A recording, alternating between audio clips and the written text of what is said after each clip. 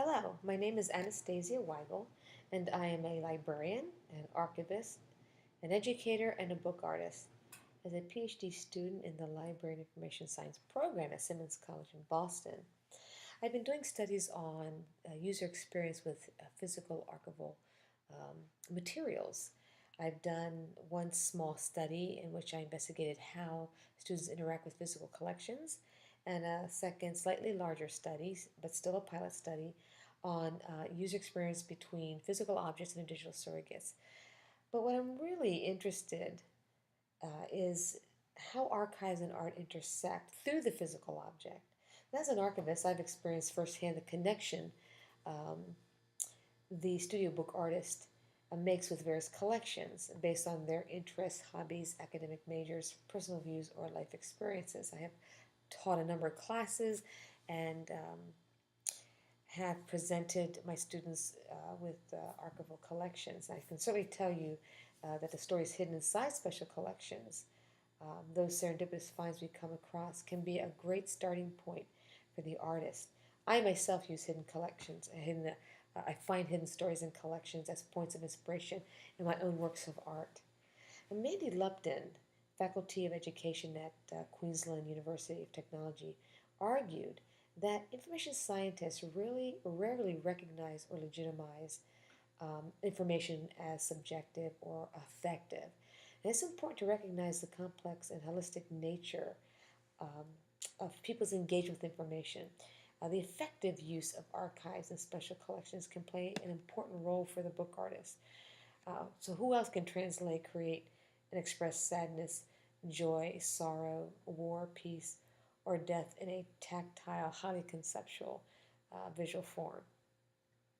Now, the study takes the artist's experience as a starting point and offers us a perspective on how book artists use various forms of information as points of inspiration to create, to communicate, and express information in the process of creating a new narrative. Now, understanding how humans experience information while engaging with historical papers or cultural collections offers insights to the information experienced among book artists, to the affective nature of archival collections, and how the book artist constructs meaning to make sense of their world. And artists use information as a stimulus for creation. Now, there are four themes of information that users experience during information experience. In this study, I want to investigate the book artist's information seeking process and what forms of information they use to complete their project. The four themes that I will be looking for during the study that I had done is external information. This is a documentary type of information. This is information found outside of themselves. Um, so we're talking online information, photographs or books, uh, getting information from uh, other users or librarians or friends, so that's sharing knowledge. But it's outside of them. They are finding it in the world. That's external information. Then there's internal or holistic experience. This kind of information, it involves feelings, emotions, perceptions, there's cognition, and even numinous qualities. Um, the third one is sociocultural information. Now, this pertains to um, the practical theory or codified information. This means the information the artists learn within their specific discipline. And then there's new information, the process of creating information through the creative process, the final product, which in this case, in this study, is an altered book. But even that new piece of art has information taken from historical collections and retold in a different way. And that is new information. It can certainly be offered as something to kind of partner, be kind of a partnership with the actual historical documents. Now, Lupton says, again, information as it is experienced is information which informs us. So therefore, information is in the eye of the beholder, and anything can be experienced as information, anything. So external, internal, sociocultural, creating information, everything around us provides us information. It's how we navigate through our world. Um, Information as its experience holds it. Information is that which informs us. So that's what Lupton says. So what I want to do in this study is I really want to know what kinds of information artists draw on. How do artists express information through the creative process? And how do artists construct meaning through perception, intentionality, and interpretation? So I really want to see what's going on. So what's my methodology? Well, as a researcher interested in the physical world and archival collections, the phenomenologic inquiry is my preferred choice of as my theoretical framework, and that's the method I'm going to use. It offers me an understanding of what the experience must be like for the participants, to understand the essence of that experience and how users engage with the collection by constructing meaning, all through their own point of view, using their own voice. So what I did was I put a call out for book artists or those who are interested in book arts or have done a little bit of book arts, who wanted to participate in this small study by offering a 3-day workshop on altered books. Now, the workshop would involve students visiting an archives and special collections as a starting point, and I was able to gather 6 participants, of which 5 had experience in the book arts. However, all participants have never altered a book. I collaborated with archivist librarian Renee Roberts. She was the Special Collections Librarian at the MacArthur Public Library in Biddeford, Maine. Renee worked together with me, instructing the students on using the collections, offering assistance, discussing the collections. Just if students had questions about it, she was there to answer them.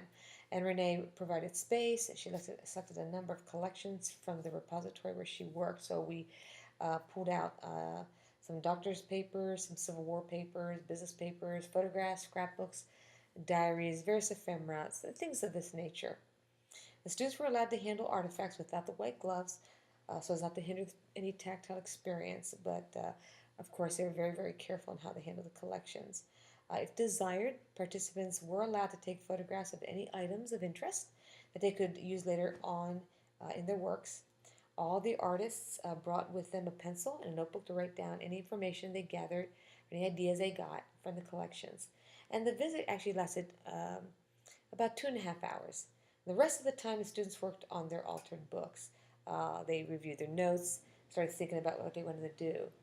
After they finished their altered books, I invited the students to participate in the study by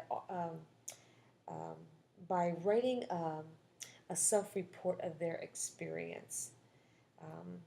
So just to give you an idea of my students a little bit more closer, they were all female, they were 50. I did have one male participant, but unfortunately he had to back out the last minute due to conflict of schedule. Again, all were artists. Of the 6, 5 had experience in book arts, but none had done altered books. All participants have used archival collections in the past, either for research or recreation. So the archives wasn't strange to them. The way I did the analysis is like I said, I asked the students to write a self-report about their experiences using the archives and the whole creative process. This method of inquiry, this phenomenological approach, is a way for me to understand their experience and not to be biased, not to put my own thoughts into my questions. So by doing a self-report, they had the freedom to write exactly what they were experiencing. I provided them with some semi-structured questions, some semi-structured open-ended questions. For example, what form of information did you draw upon for your inspiration? I asked, tell me how you came to your decision on what story or narrative you wanted to create. How did you build your narrative and why? So just basic questions, and I just let them run with it. From the written reports that they sent to me, I then analyzed the data or the words using kind of a 2-step open coding method. So this involved reading the reports to identify various forms of information I could find. Again, I call those themes of information experience. And then I go back and identify specific attributes within each theme of experience. and I was able to identify the four information themes. I did write some excerpts for you to see some of the data that I was able to pull out this information. So definitely there was external information, um, documentary information. These are information contained in collections, diaries, journals, letters, receipts, medical illustrations. So that's external. Participant 6, um, in her self-report, said the World of Archives felt like finding hidden treasure. And I know that those gems of information and of experience exist, and I can explore them anytime I choose. External information can also be through the information journey. Um, so it's not just looking at the collections and then going back to the studio and just doing the altered book. And my students actually, it was a 3-day workshop. On their off time, they continued to do research. They looked for maybe books or articles, find clippings, go online. Here, participant 1 said, the mill worker named Lucy Larkham, when I realized I could get her book at the Portsmouth Library, decided to read it. She led me down the path I was looking for. All of a sudden, the story found me, and I found the girls. Another form of external information is knowledge sharing. This is between student and student, or archivist and student, or even the art instructor and student. Here, participant 1 said, I found myself wondering about Alice. I talked about her with my commuting partner every day. Her story shifted and evolved with each incarnation.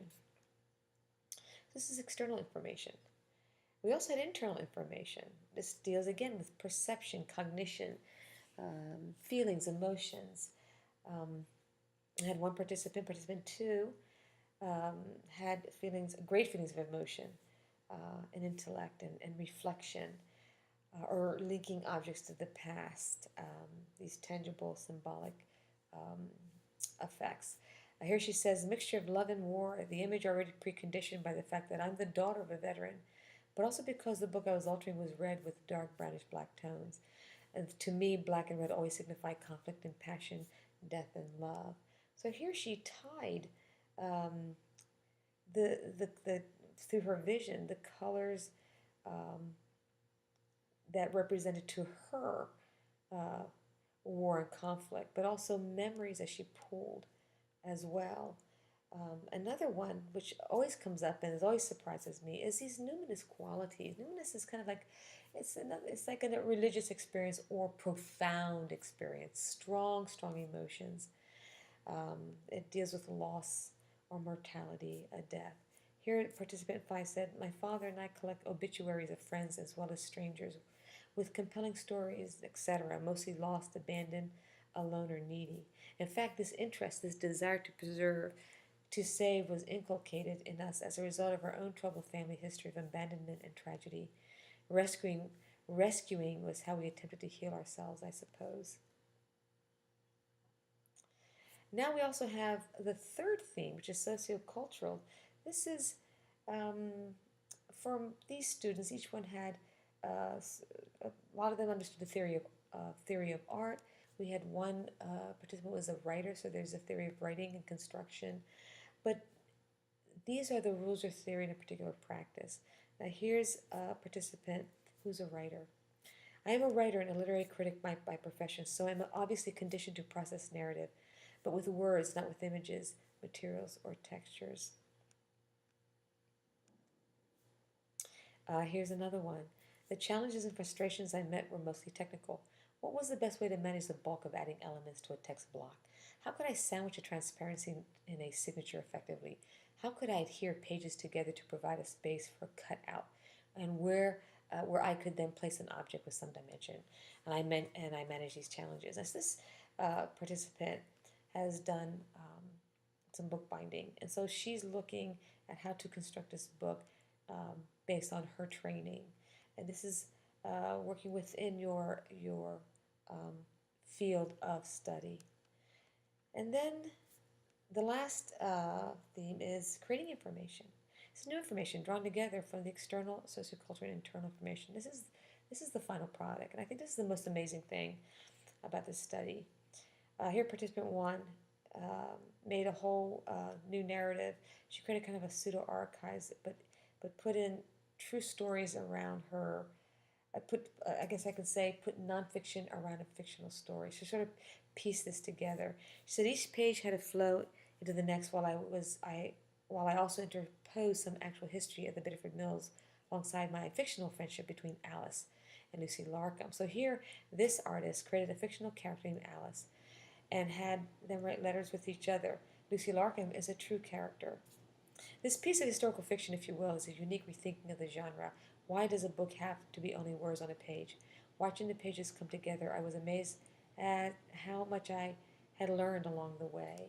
So this is creating new information that ties in um, historical documents with her own narrative. Here's another one. At this point, my single original vision of a book about Nancy became a book about children who have and continue to die because they refuse medical care by parent or guardian. Yet I did not want to demonize the caretakers. Messages written in child's handwriting, my 6-year-old great niece, in an effort to evoke her life by her hand, kind of scrapbook. This book engendered many discussions with peers and family. I shared this story with others about Nancy and the other children and about this book to remember Nancy. This is a very profound story of children who have died because they weren't provided medical care. So she wanted to create kind of a memory book. And so she took all these um, clippings of these true stories and weaved this memory book.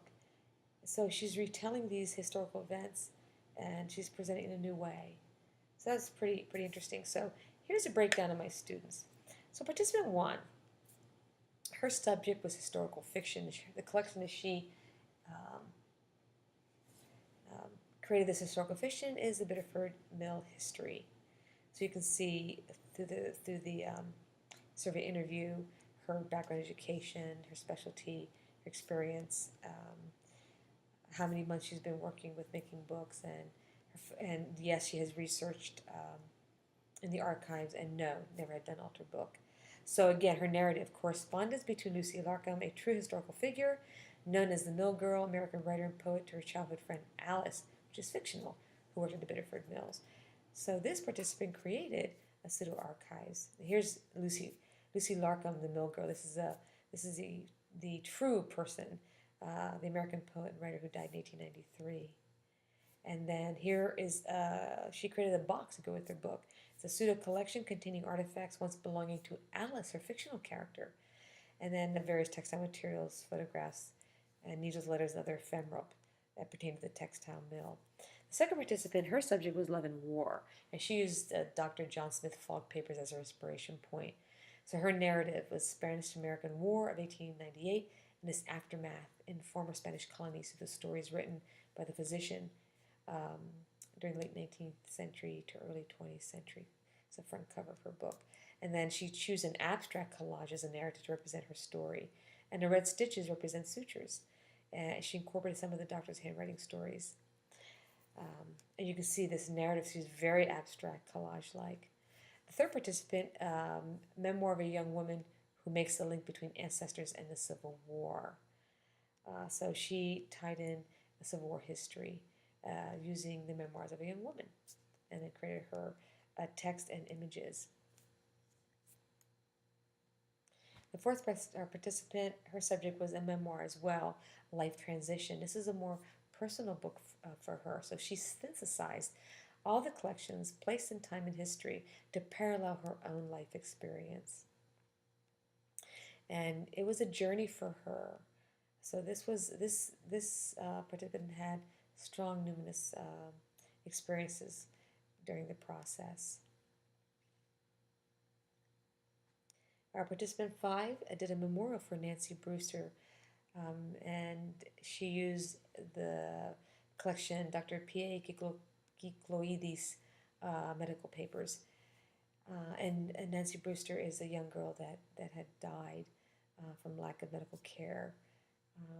So that was the vision of her book, and it kind of evolved to write about all children who have died that weren't provided medical care. And what she did was she used her niece's handwriting and kind of like duplicated that so it would look like children were writing their personal stories. So that was a very powerful book. And then the sixth participant, her subject was acting on dreams, and she used the Walter E. Perkins collection, who was, I believe, was an actor. She says, my first abiding passion was theater, so this part of the storyline is what drew her in. He became a rather famous comedic actor in his day, so that's the whole theme of her stuff. Acting on dreams, a kind of a double entendre of the word act, to take action as well as to act on stage. So here are the four forms of information, the description, and these are the attributes that I found through the self-report. So we can see external information is anything documentary contained in collections such as diaries, journals, letters, and so forth. It's the information journey, going outside the collections, finding books, articles, clippings, information seeking through the internet, but also knowledge sharing between the students, student or archivist, student, or student instructor. Then there's internal information, this perception, cognition, or numinous effects, these themes of experience, so feelings of emotion, intellect, reflection, objects as a link to the past, tangible, symbolic, or numinous qualities, feelings of loss, mortality, and death. Then we have social cultural information, rules, a theory, in a particular practice, discipline specific information. So here we had rules of book instruction, rules of composition, abstract art, writing composition. They pulled informations based on their knowledge to help them in their creative process. And then, of course, the last thing is creative information, new information from the final product. So the participant did a pseudo collection. Here's a new way of presenting information. The creative writing, nonfiction, memoirs, abstract symbolism. This is all new ways of telling a story. And I think these can become also collection uh, in an archives or in the special collections. I see that. So what does this all mean? What's it all mean? Well, I have to tell you, I've learned a lot from this small study, and I want to continue on to do more. But archival collections contain information that is both objective, but also subjective. It's tangible and it's intangible.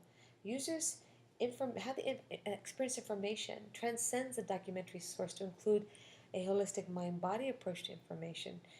And the affective nature of archival collections can provide book artists information as a point of inspiration, a retelling of narratives, um, a new way of learning and knowledge creation and sharing that knowledge. And this collaborative nature between the archivist and the artist can offer new contributions in the book arts world. But I have to say, not just that, but also outside that, just to the studio artist. This is the link that will take you to the photographs. I have more photographs of the final products, and the students have given me permission to um, put their names as credit for their beautiful works that they have done. And then these are the resources that I have used. So I hope you enjoyed this presentation, and I hope it encourages, if you're a book artist or a studio artist, to go to your library archives and ask to see collections. And if you're an archivist educator, please open your collections to artists and contribute in a very effective way your collections to these artists. So thank you.